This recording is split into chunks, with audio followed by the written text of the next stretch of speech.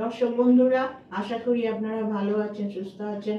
আমি কবিতা হানি কিচেনে আপনাদের সকলকে স্বাগত জানাই। আজকে ওপার বাংলার একটা রেসিপি নিয়ে আপনাদের সাথে শেয়ার করব। নাম হচ্ছে রাঙা আলু পান্তুয়া। আশা করি আপনাদের খুব ভালো লাগবে। এবার সময় নষ্ট না করে যাই। আলু পান্তুয়া তৈরি করার জন্য আমি নিয়েছি রাঙা আলু 500 গ্রাম। এটা আমি আগে থেকে সেদ্ধ করে নিয়েছি। আর এই ডোটা তৈরি করার জন্য নিয়েছি ময়দা হচ্ছে 2 টেবিল চামচ, আর সামান্য একটু খাওয়ার সোডা, আর সামান্য একটু সুজি, আর ক্ষীর নিয়েছি 100 গ্রাম, আর এলাচ নিয়েছি গোটা 10। এখন এই রাঙালুর পুরটা তৈরি করার জন্য যে নারকেল পুর লাগে, সেই নারকেল পুরটা নিয়েছি একটা গোটা নারকেল, আর চিনি নিয়েছি 100 গ্রাম। আর রসটা তৈরি করার জন্য নিয়েছি 1 কাপ হচ্ছে চিনি, আর 1.5 কাপ হচ্ছে জল। আর ভাজার জন্য হচ্ছে 100 গ্রাম সাদা তেল। ছাড়িয়ে মাখতে হবে। আলুটা মাখা হয়ে গেছে। এটা মিক্সিতে দিলাম না, মিক্সিতে দিলে ঘেটে যাবে, সেই জন্য হাত দিয়ে চটকালাম ভালো করে। এখন এর মধ্যে আমি 2 চামচের মতন ক্ষীর দেবো।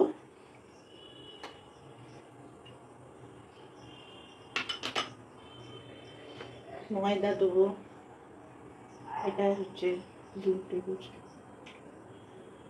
চামচ, সুজি 1 চামচ, খাওয়ার সোডা 1/2 চামচ,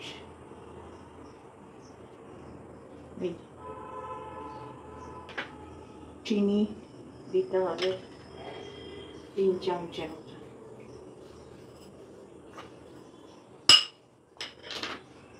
আর এলাচের গুঁড়ো, এলাচ দিতে হবে। এখানে অ্যাড করলাম এলাচ, করে চটকে মাখবো।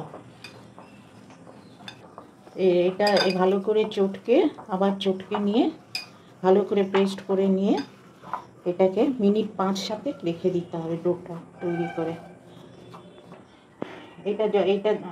এটা মাখা হয়ে গেছে। এখন এটা রেখে দেবো মিনিট 5-7। এর মধ্যে আমি পুরটা তৈরি করব, নারকেলের পুর আর শিরা, একদিকে শিরা আর একদিকে নারকেলের পুর তৈরি করব। এই যে 1.5 কাপ মতন, 1.5 বাটি মতন জল দিয়েছি শিরা তৈরি করব, আর 1 বাটি চিনি।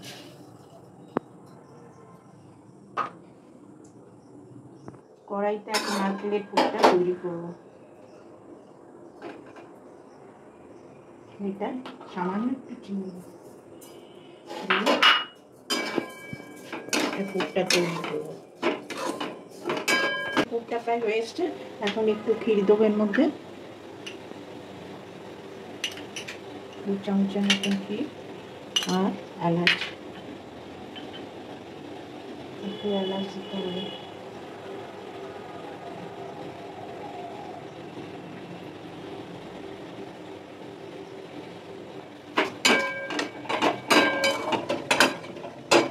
দেখি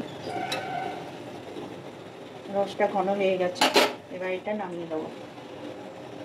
একটু সামান্য তেল দেবো, আর একটু নুন, তাহলে স্বাদটা জমবে, ভালো হবে। এর মধ্যে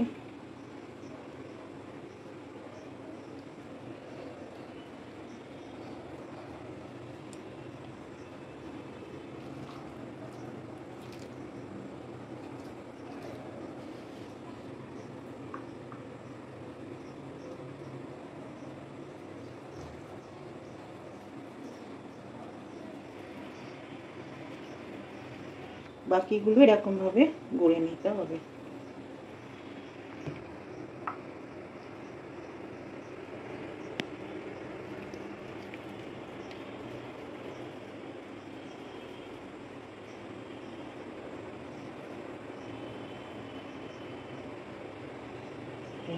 এবার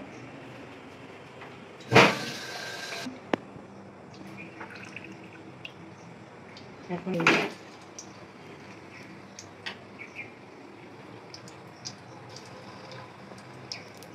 এরকম, নাহলে পুড়ে যাবে। এখন লাল হবে তারপর।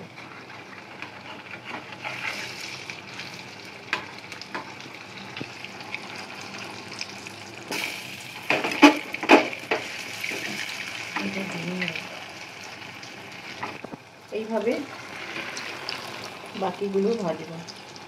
সব গড়ানো হয়ে গেছে, এখন আমি এইখানে 3টে দিলাম ভাজবো। এই লাল হয়ে গেছে, এবার রসে ফেলবো।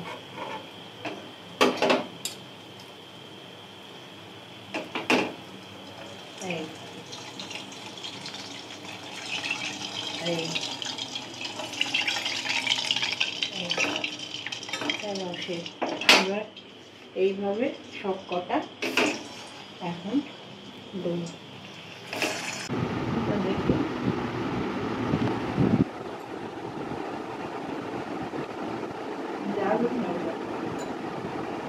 দর্শক বন্ধুরা, আমার রাঙা আলুর পান্তা তৈরি হয়ে গেছে। আশা করি আপনাদের রেসিপিটা ভালো লাগবে।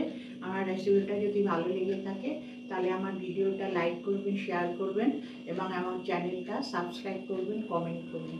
নেক্সট ভিডিওতে আরেকটা নতুন রেসিপি নিয়ে আসবো।